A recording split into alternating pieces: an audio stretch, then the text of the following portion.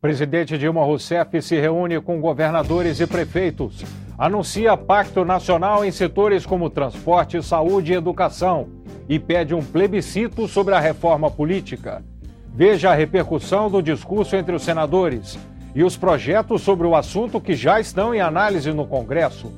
Comissão de Direitos Humanos ouve denúncias de abuso e discriminação contra servidores. A expectativa para a semana: senadores podem votar proposta que reduz o preço das passagens no transporte coletivo. Agora, no Jornal do Senado.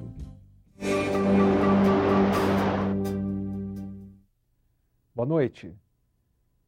A presidente da República propõe 5 pactos em resposta às manifestações nas ruas. Parte das medidas vai depender do Congresso. Dilma Rousseff debateu os problemas nacionais com governadores, com prefeitos e com representantes da população. Um dia de reuniões no Palácio do Planalto para responder aos protestos em todo o país. A primeira com o movimento Passe Livre, que iniciou as manifestações contra o aumento da tarifa de ônibus em São Paulo. A presidenta quis ouvir o movimento nas suas pautas e reivindicações sobre transporte, afirmou que essa é a primeira vez na história da República, possivelmente, que um governo senta com o movimento de transporte para discutir suas pautas, o que demonstra um grave despreparo para lidar com a mobilidade urbana por parte do governo federal. O movimento Passe Livre saiu do encontro sem medidas concretas, mas com a promessa de diálogo. A gente espera das 3 esferas que tenham medidas concretas no sentido de melhorar o sistema de transporte e alcançar a tarifa zero o mais próximo disso. A tarifa zero não está nos planos do governo, mas a desoneração deve ser ampliada. Um sistema de transporte, evidentemente, tem um custo. E a questão de gratuidade é você alocar, é saber como se pagará essa gratuidade.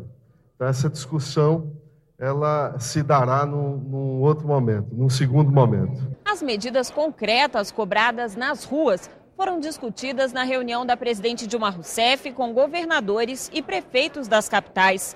Dilma anunciou um pacto nacional pelo transporte público, saúde, educação, responsabilidade fiscal e reforma política.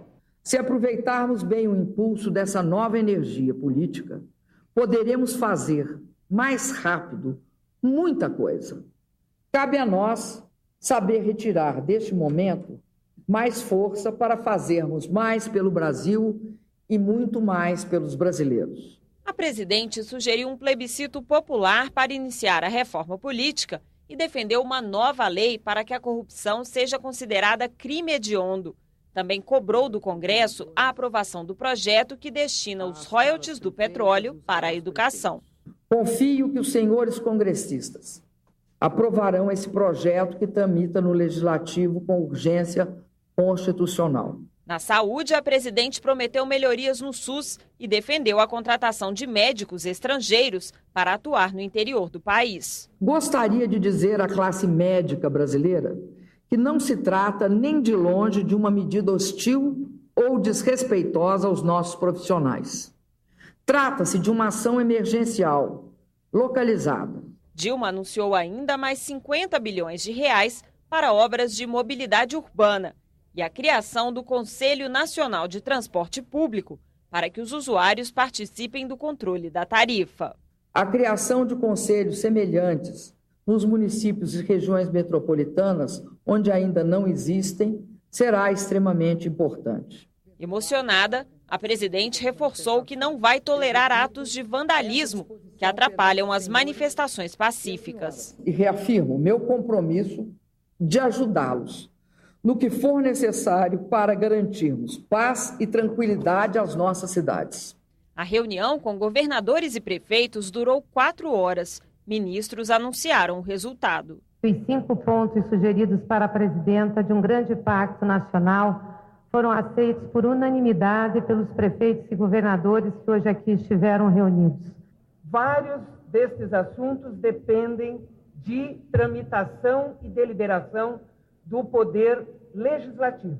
Nós temos matérias que já estão tramitando e outras que ainda deverão dar entrada para poder ser deliberada e nós podermos ter o arcabouço legal para executar aquilo que foi pactuado. Vamos falar ao vivo com a repórter Glauciene Lara, que está no Palácio do Planalto. Boa noite, Glauciene. Boa noite, Antônio. Boa noite a todos. Na reunião aqui no Palácio do Planalto foram criados 4 grupos de trabalho com representantes do governo federal, governos estaduais, prefeituras e da sociedade civil. O grupo de transporte tem a meta de menor tarifa, mais qualidade, mais transparência e participação da população no controle do serviço. O governo também garantiu a liberação de 50 bilhões de reais para investimentos no metrô e em outros transportes públicos de alta capacidade.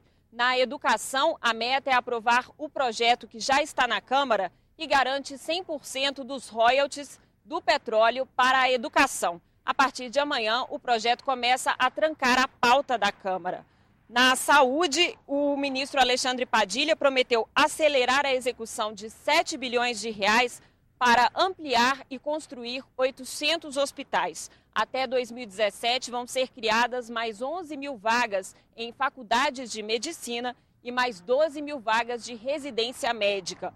O grupo também vai estudar parcerias público-privadas para construir e gerir hospitais. O 4º e último grupo vai garantir a aplicação da Lei de Acesso à Informação em todos os entes do poder público. Nesse eixo, o governo também se comprometeu a enviar ao Congresso um projeto que torna a corrupção crime hediondo. Só no Senado, pelo menos 8 propostas com esse teor já tramitam na casa. Dentro desse eixo também, o governo sugeriu a realização de um plebiscito que vai ficar a cargo do Congresso decidir se realiza ou não. Esse plebiscito seria para convocar uma nova constituinte com o objetivo específico de fazer a reforma política. Essa discussão da reforma política você acompanha agora na reportagem de Dante Ascioli. Desejar bom dia a todos vocês. No discurso para governadores e prefeitos, a presidente defendeu uma Assembleia Constituinte exclusiva para mudar a legislação eleitoral. Esse tema, todos nós sabemos, já entrou e saiu da pauta do país por várias vezes. E é necessário que nós, ao percebermos que nas últimas décadas ele entrou e saiu várias vezes, tenhamos a iniciativa de romper o impasse. Quero, nesse momento, propor o debate sobre a convocação de um plebiscito popular que autorize o funcionamento de um processo constituinte específico para fazer a reforma política que o país tanto necessita.